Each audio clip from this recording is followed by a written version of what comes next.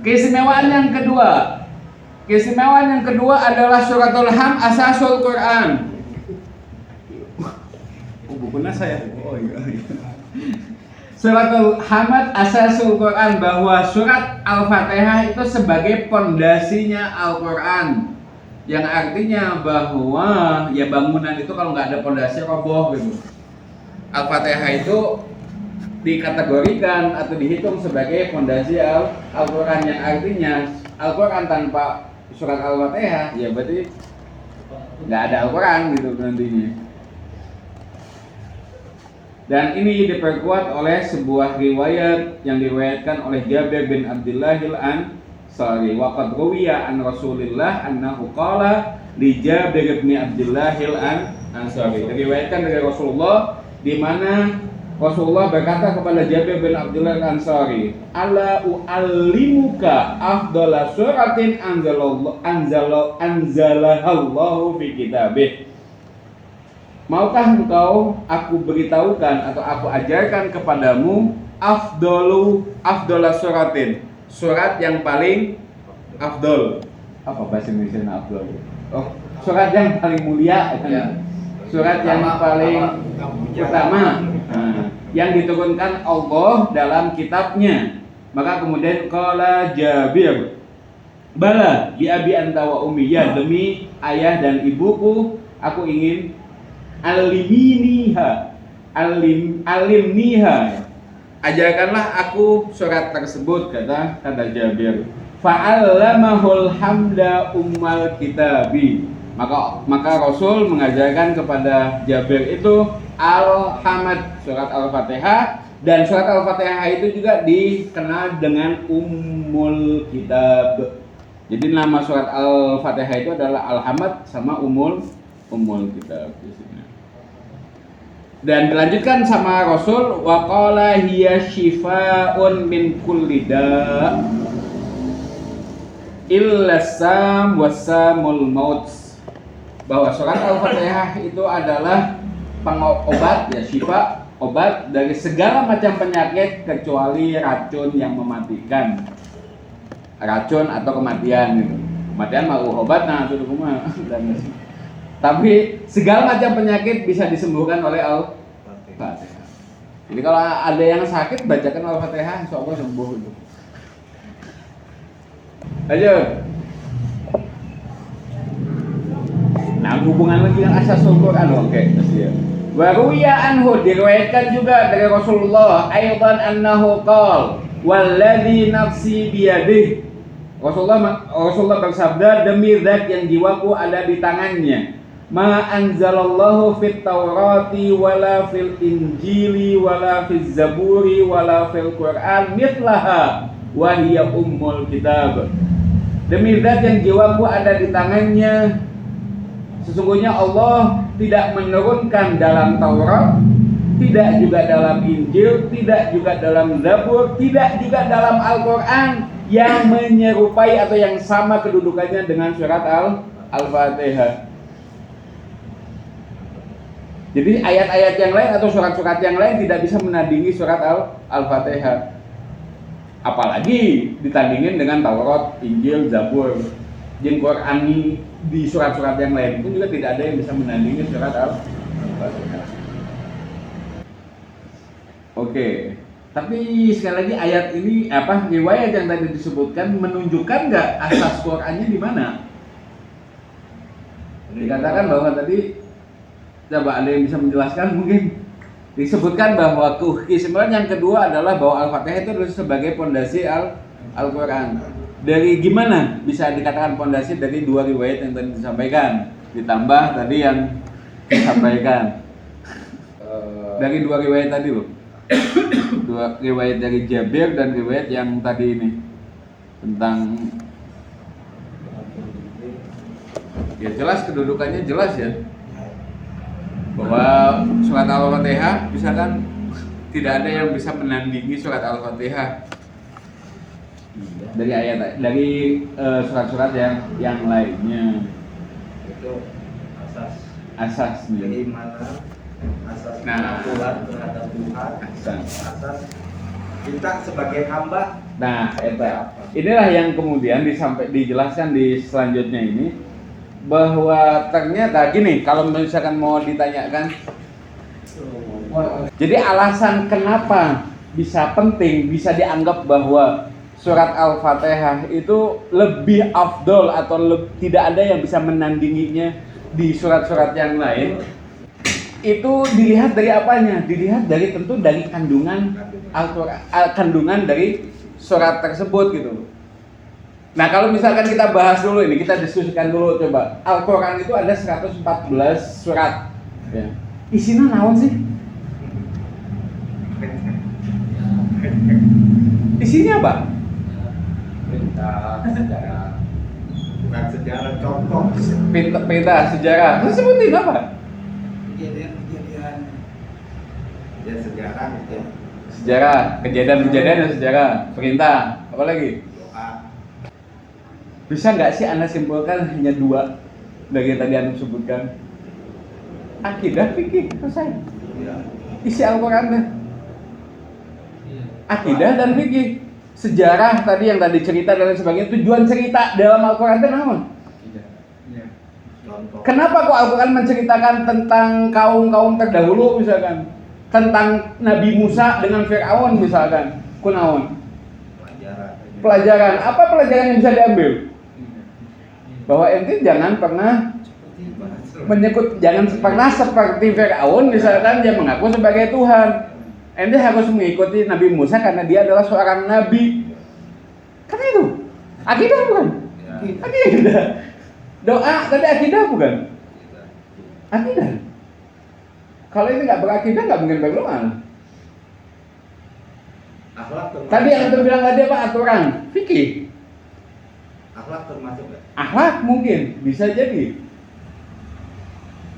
Akhlak mungkin tambahan, oke. 3 ini kan berarti. Ada lagi sob? Disimpulkan cuma 3 ini yang disampaikan oleh Al-Quran dari surat Al-Fatihah sampai surat An-Nas. Bahas tentang lokomotif atau apa bengkelan misalkan kan enggak. Semuanya kan ini sudah yang dibahas. Sudah ikut. Dan ini semua ada dalam Al-Fatihah. Sehingga bisa dikatakan bahwa seluruh isi kandungan Al-Quran, kesimpulannya itu ada dalam surat Al-Fatihah. Jadi bahasanya, itu baca Al-Fatihah aja cukup. Kenapa? Karena semua ayat ini, semua ayat yang ada dalam Al-Quran, di surat-surat yang lain, itu disimpulkan di surat Al-Fatihah. Di dalam surat Al-Fatihah berbicara tentang akidah, berbicara tentang fikih. Ikut kan? Makanya disebut dengan Ummul Quran. Tadi disebutkan kan bahwa salah satu nama surat Al-Fatihah adalah Ummul Quran. Sebagai itu artinya induk. Induknya Al-Quran itu adalah Al-Fatihah. Karena semua ayat itu berbicara tentang akidah yang mana sudah dijelaskan di dalam surat Al-Fatihah. Kesimpulannya bahasanya. Kesimpulan dari surat ada ayat pertama, kedua, ketiga, keempat, kelima, keenam. Fikihnya di mana? Fikihnya iya karena budu wa iya karena stain, selesai itu fikih. Akidahnya di mana? Ya Bismillahirrahmanirrahim, Alhamdulillahirabbil alamin, itu akidah. Maliki yaumiddin loh, sampai ma'ad dibahas. Akhlaknya Rahmanirrahim. Akhlaknya, ini akhlaknya nggak nemu. Hah? Itu nubuah kan intinya. Nubuah imamah. Ghairil maghdubi alaihim waladdallin. Nah, di situ ada 2 antara dolalah dan apa namanya? Hidayah dan dolalah. Hidayah berarti mukmin, dolalah berarti kafir. Nah, sehingga makanya disebut ini pentingnya sababu ahamiyati hadhihi surah yattadihu min muhtawaha. Bahwa pentingnya atau sebab pentingnya surat ini itu jelas ketika kita melihat kandungan isi Al-Fatihah tadi. Apa itu? Fahiya fil haqiqah aradun likulli muhtawayatil Quran, bahwa pada hakikatnya isi kandungan surat Al-Fatihah itu menjelaskan tentang isi kandungan seluruh Al-Quran. Artinya isi kandungan Al-Quran semuanya ada dalam surat Al-Fatihah. Ini masih yang kedua atau ketiga? Yang kedua masih kan? Masih yang kedua. Lanjutan yang tadi. Enggak semua kitab. Apa? Enggak semua kandungan kitab. Kandungan kitab tuh Taurat, Injil, Zabur tadi. Ya boleh. Bisa. Membaca jago. Yang asal ya, yang asli loh. Ya, yang asli. Membaca jago. Apa itu? Nah, isi kandungan surat Al-Fatihah teh naon wae? Nah, disebutkan di sini, janibun minha yahtassu bit tauhidi was sifatillah. Satu sisi dalam ayat Al-Fatihah itu berbicara tentang tauhid dan sifat-sifat Allah. Wah, itu pembahasan tauhid ge panjang ya, mah. Yang dibahas adalah tentang tauhid dan sifat-sifat Allah. Rabbul Alamin itu sifat, Ar-Rahman Ar-Rahim itu sifat Allah. Dan kalau gini ya, ini kan pembahasan berarti at-tauhid wa sifatullah, berarti masuknya di mana? Maksudnya di akidah kan? Di akidah. Maksudnya di akidah. Akidah itu yang kita pahami ada 5. Usuluddin yang kita sebutkan kan gitu. Sebetulnya hakikatnya dari 5 ini sebetulnya mah satu. Yaitu yang pertama, itu asas utamanya itu at-tauhid. Bahwa tujuan Allah ini ingin supaya manusia itu bertauhid. Geus eta. Akidah kan ada 5. Ya. Usuluddin. Ya. Naon we? Ya. Tauhid, keadilan, Ya. nubuah, imamah, ma'ad. Sebetulnya mah cukup satu aslinya mah. Cuman untuk menjadi satu ini butuh yang lain. Artinya gimana? Contoh misalkan Nabi. Nabi itu tujuannya Nabi diutus buat apa? Buat supaya manusia diajarkan supaya bertauhid. Jadi Nabi itu kita jadikan sebagai wasilah, atau Allah menjadikan Nabi sebagai wasilah untuk mengenalkan kepada tauhid. Sehingga seluruh para nabi itu satu benderanya, yaitu bendera tauhid. Dilanjutkan oleh imam. Tauhid bukan? Artinya berarti apa? Tujuan diutusnya nabi, tujuan diutusnya para aimah itu supaya kita menjadi manusia yang bertauhid. Tauhid itu apa? Mengesahkan Tuhan. Mengesahkan Tuhan apa? Menganggap bahwa Tuhan itu satu. Satu-satunya Tuhan itu Allah, selesai. Sudah bertauhid, enggak lah itu. Gitu. Itu berat. Makanya berat bilang gitu. Berat itu. Nanti pembahasan di tauhid itu dibahas di iya kana budu iya kana nasta'in. Oke. Satu sisi membahas tentang tauhid. Ya, Rabbul Alamin. Kemudian sifat Tuhannya, Ar-Rahman Ar-Rahim, Malik Yaumiddin dan lain sebagainya. Wa janibun akhar bil ma'ad wa yaumil qiyamah. Dan dari sisi yang lain, surat Al-Fatihah itu juga menjelaskan tentang hari kiamat. Kata-kata Maliki Yaumiddin, satu kata, satu ayat, tapi kan itu menjelaskan tentang bahwa Allah itu yang merajai hari pembalasan. Nah, ini pembahasan tentang, makanya disebut dengan Yaumuddin, bukan Maliki Yaumil Qiyamah misalkan. Kenapa nggak disebutkan Yaumil Qiyamah di situ? Kenapa disebutnya Yaumuddin? Hari pembalasan, bahwa ingat loh, apa yang ente lakukan di dunia ini akan ada balasannya.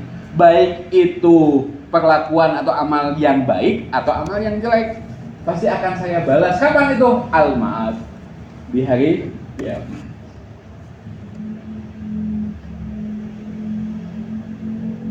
Berapa ya? Surat ayat Al-Qur'an itu 6.000 sekian ya. 6.000 berapa sih? Ada yang tahu? Jumlah ayat dalam Al-Qur'an.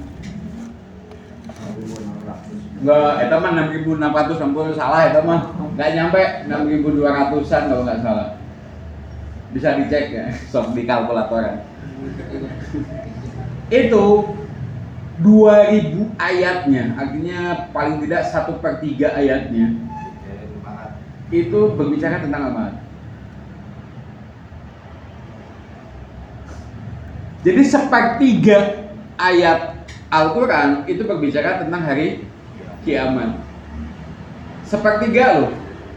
Berarti kalau halaman ayat ya sekitar 2000-an ayat lah. Dan itu disimpulkan hanya dalam satu ayat. Maliki yaumiddin. Selesai.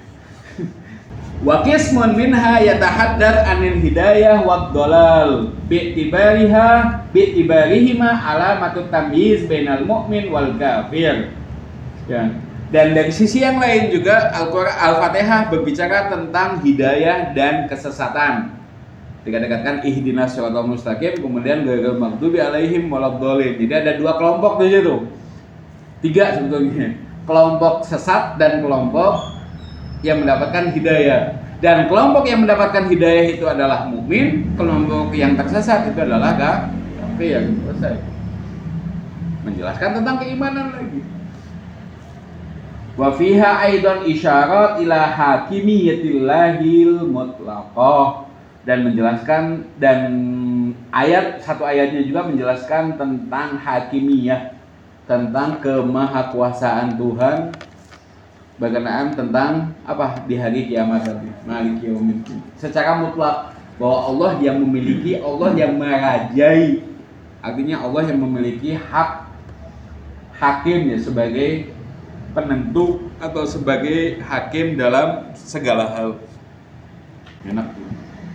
Wa ila maqami rububiyyatih, bahwa jangan kemudian antum memahami atau antum mengenal Allah hanya sebatas sebagai pencipta saja. Tapi ingat loh, Allah itu juga Rabbul Alamin. Apa Rabbul Alamin? Sebagai pemelihara. Beda antara Khalik sama Rabb. Menciptakan, dan juga Allah pun juga memelihara, mengatur. Khalik itu apa? Pencipta. Rob mengatur.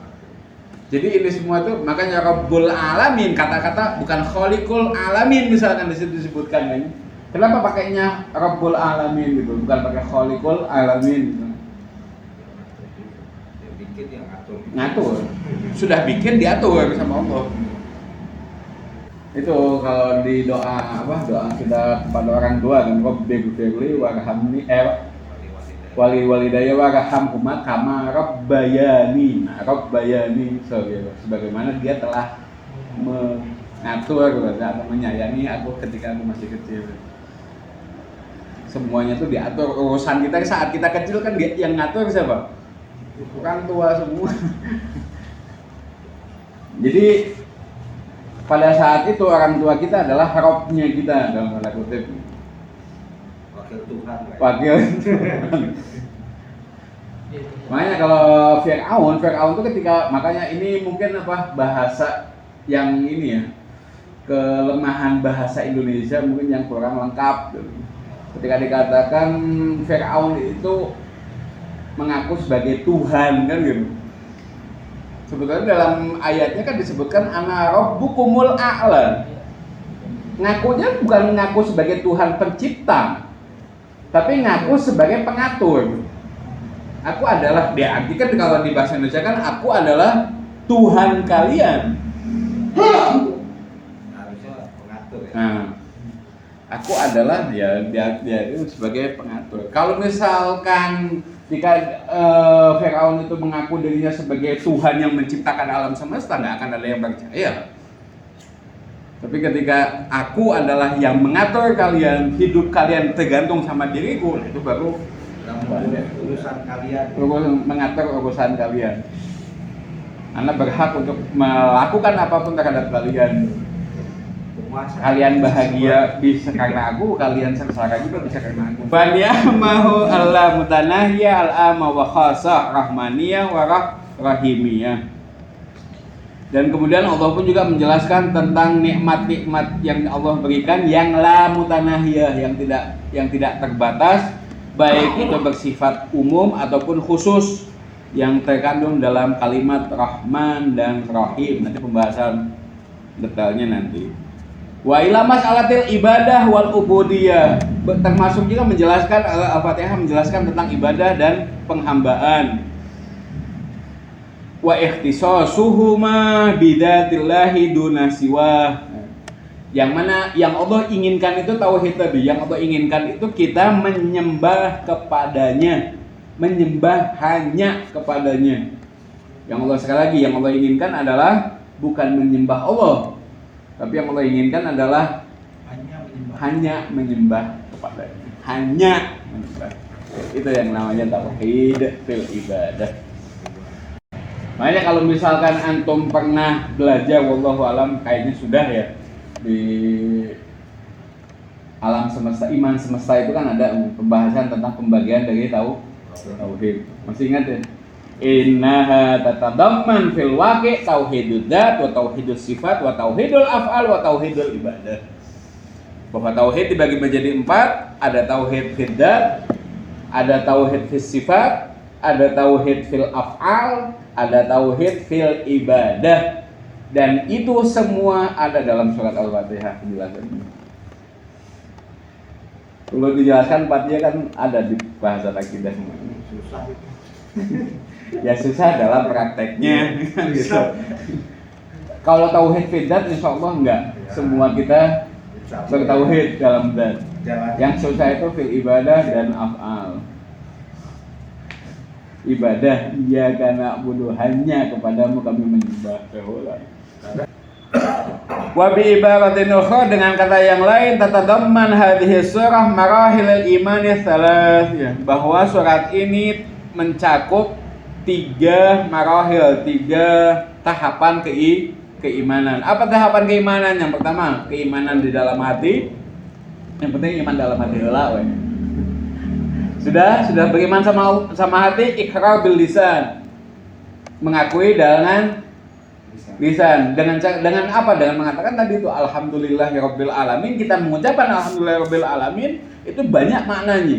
Pertama, kita memuji Allah, yang artinya bahwa kita meyakini dengan mengucapkan alhamdulillahirabbil alamin berarti kita mengakui dan meyakini dengan lisan kita bahwa segala macam kenikmatan ini adalah berasal dari Allah Subhanahu wa taala. Dan kita mengakui bahwa Allah itu adalah Rabbul Alamin.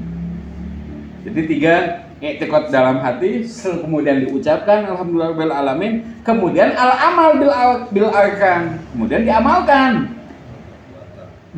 dengan perbuatan. Gimana perbuatannya? Itu tadi iyyaka na'budu. Kalau ente sudah alhamdulillahirabbil alamin, mengakui bahwa ini adalah anugerah dari Allah dan Allah itu adalah Rabbul Alamin, Allah itu Tuhan ente, maka apa yang harus ente konsekuensinya? Kalau ente sudah mengakui Allah itu adalah Tuhan ente, ya ibadah, namanya penghambaan.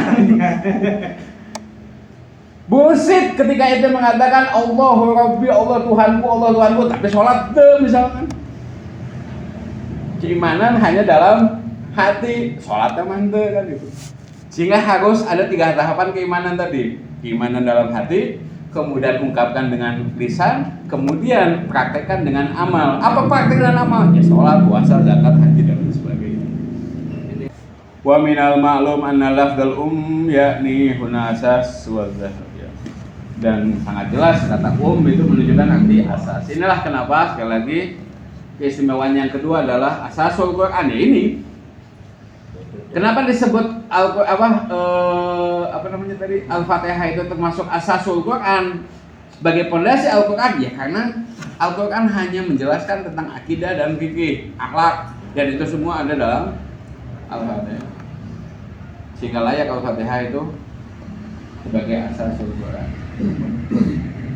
Wala'alla Ibnu Abbas yang taliku min hadzal faham idh yaqul. Nah, pernah disebutkan Ibnu Abbas pernah mengatakan tentang pemahaman ini. Beliau pernah mengatakan, ini bukan hadis ya, tapi perkataan dari Ibnu Abbas. Inna likulli syai'in asasan. Segala sesuatu itu ada pondasinya. Wa asasul Quran Al-Fatihah. Dan asas atau pondasi Al-Quran itu adalah Al-Fatihah. Wa min hada al-muntaliq aidan qala Rasulullah fi ma ruwiya anhu. Begitu juga Rasulullah pernah bersabda, ayyuma muslim qara'a fatihatal kitab u'tiya minal ajr ka'annama qara'a thulthayil Qur'an. Ya, sesungguhnya seorang muslim ketika membaca Al-Fatihah maka maka dia akan diganjar pahala seakan-akan dia telah membaca 2/3 Al-Quran. Berarti ada 2 di situ, 2/3. Beren dia macet saya mah beren yang tadi itu, bahwa agama itu adalah ini yang tadi mungkin antum sampaikan tentang masalah akhlak tadi, bahwa ada fikih, ada akidah, ada fikih, ada akhlak. Kan nama Quran Quran ya 2/3. Jadi pahalanya antum katakan, wah anak tiap hari menghatamkan Al-Quran, wah iya gitu. Anak tiap harinya baca berapa coba? Kalau misalkan sholat itu 17 kali, kita baca semuanya 17 kali baca Al-Fatihah, berarti kan 17 kali 2/3 gitu. Berarti kita setiap harinya sebetulnya telah menghatamkan beberapa kali Al-Quran gitu. Wa dia minal aja ka'annama tasaddaqa ala kulli mu'minin wa mu'minatin. Dan Allah akan memberikan kepada kita, kepada orang yang membaca Al-Fatihah itu pahala ganjaran seakan dia telah bersedekah ke seluruh ke seluruh mukmin dan mukminah. Nah, kalau tadi dari anak, kalau ini dari bukunya Takbir Thulutsail Quran. Maksud dari 2/3 Al-Quran itu apa? Rubbama, dia juga mengatakan rubbama ya. Artinya mungkin bisa jadi, nah, artinya dia sendiri masih meragukan. Rubbama kana isyarah ila anna al-Quran yantawi ala salasati aqsam. Mungkin dia pun juga masih belum bisa memastikan. Mungkin yang dimaksudkan 2/3 Al-Quran itu menunjukkan bahwa Al-Quran itu dibagi menjadi 3 aqsam, menjadi 3 macam. Apa itu? Pertama, ad-da'wah ilallah, mengajak kepada Allah. Dan yang kedua adalah al-ikhbar biyaumil hisab, mengabarkan tentang hari kiamat. Dan yang ketiga adalah wal faraid wal ahkam. Begitu juga dengan hukum-hukum. Wa suratul hamd tatadamman al-qismainil awwalain. Bahwa suratul hamd itu mencakup 2 dari 3 tadi. 2 yang pertama, yaitu apa? Ad-da'wah ilallah dan ikhbar biyaumil qiyamah. Wa ta'biru ummul Quran. Kenapa kok Al-Quran disebut Al-Fatihah disebut dengan ummul Quran? Isyarah ila annal Quran yatalakhas min wajhah nadar ukhra fil iman wal amal wa qad jumi'a fi suratil hamd. Menunjukkan menunjukkan kenapa disebut dengan ummul Quran, karena Al-Quran dirangkum yang tadi disampaikan oleh Kang Jabi, dirangkum dalam satu surat, yaitu surat Al-Fatihah. Ini yang kedua.